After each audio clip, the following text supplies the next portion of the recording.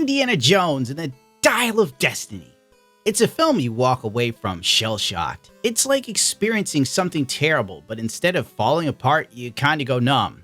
Maybe the years of watching Star Wars die before my very eyes has given me the cinema-goer's equivalent of the 40-yard stare that soldiers get from doing too many tours of duty in Vietnam. How Kathleen Kennedy has a job with this many massive failures is actually amazing at this point. The thing that we really aspire to constantly is quality.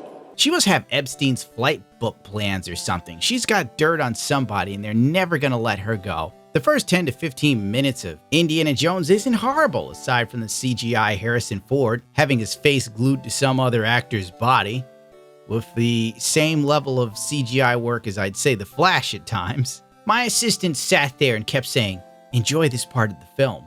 It's the sexy Ford."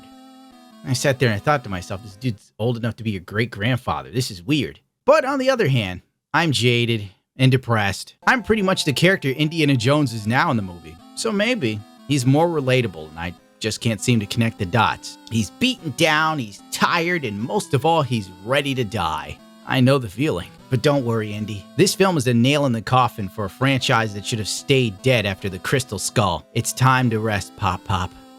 You've done enough. This video is sponsored by Raycon. In today's hyper-inflated market where everything costs more than it really should, Raycons are priced to perfection. As good as any expensive set of earbuds I own, but more comfortable and at half the price.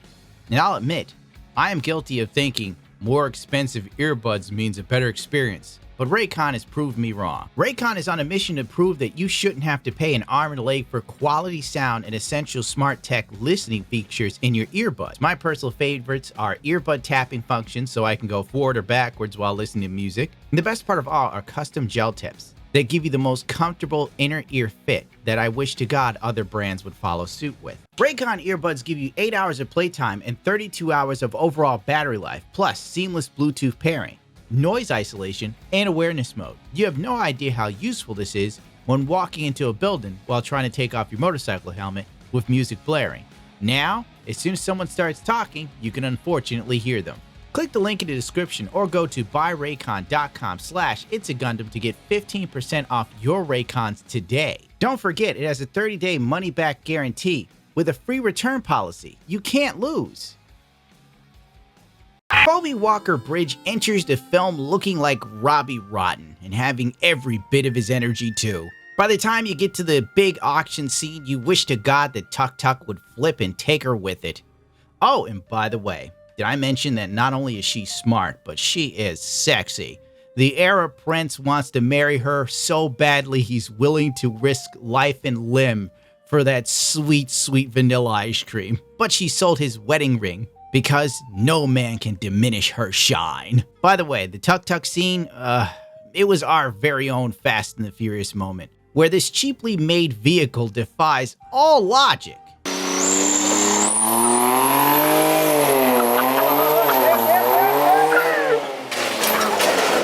But then again, we're watching a film where people who haven't discovered toilet paper yet have discovered time travel, so you have to suspend disbelief. Another thing that struck me as odd is obviously Indy is old, but he's also helpless. He's a little bit like Joe Biden at times. Now he seems to not have his wits about him, and at times he needs to be saved by Helena, aka Phoebe. Okay, like the boat scene for instance.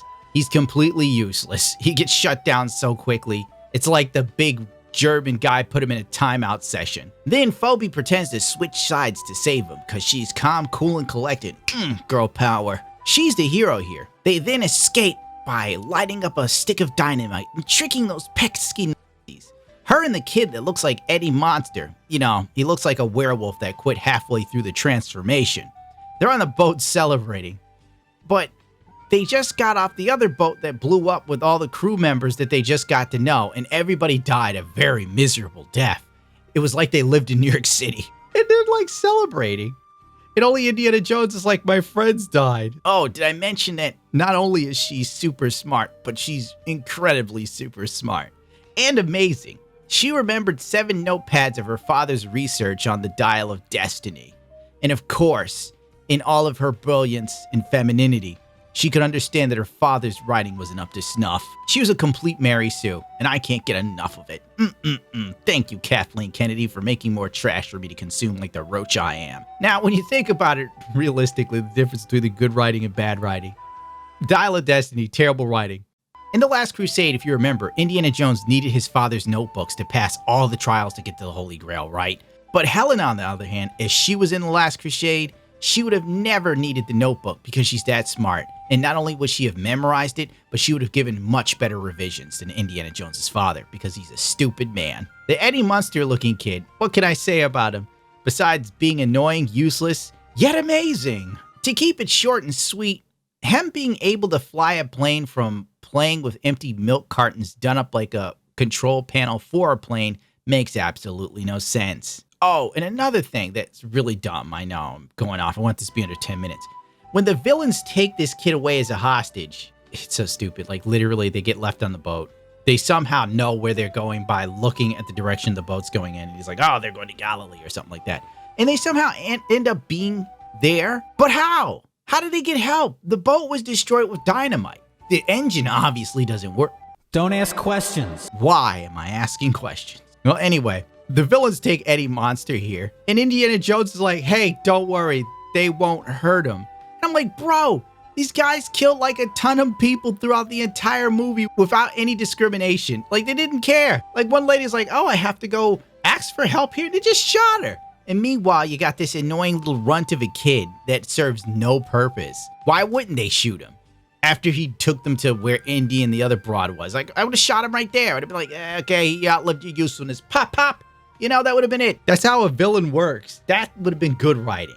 That would have actually made the villains seem like villains. This movie is just so poorly written, nothing makes sense. Don't even bother thinking about it. It really just went downhill after the first 10 minutes. If you want, watch the first 10 minutes, then leave. Actually, don't do that. Don't give them the money. Wait till it's on Disney, watch the first 10 minutes, then leave. Jesus H. Christ, because everything afterwards is a 2-hour downfall of member berries that taste bitter to the tongue. Let's put it this way, the villains, they don't even seem threatening at all. They had about as much complexity as a villain in a Tumblr fan fiction. So basically the Dial of Destiny, a fan fiction movie. That's the best way to put it. Helena in this movie, Phoebe's character is basically a sociopath. She goes through so many different personality traits, it makes absolutely no sense. You can't get a feel for her as a person or a character. She's just, maybe she's a bad actress, or maybe the script is really bad. But by the end of the film, you're glad it's over. You don't care who lives or dies. You don't want to see Indiana Jones ever again. Harrison Ford, retire. Do us all a favor. Don't do this again.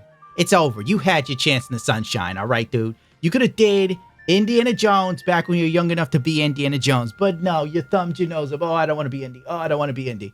I don't want to be Han Solo. And now he's old as dirt, and he's doing these roles.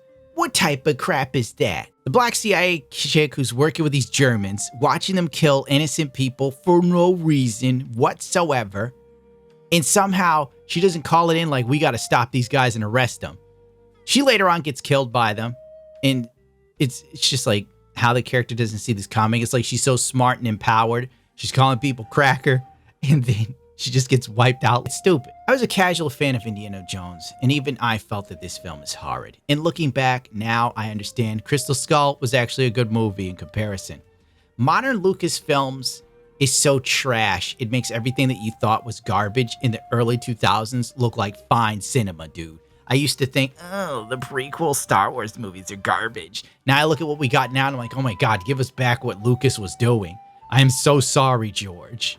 I can only imagine the mess that this film was before reshoots that they claim never happened. But frankly, the ending of the movie is genuinely stupid.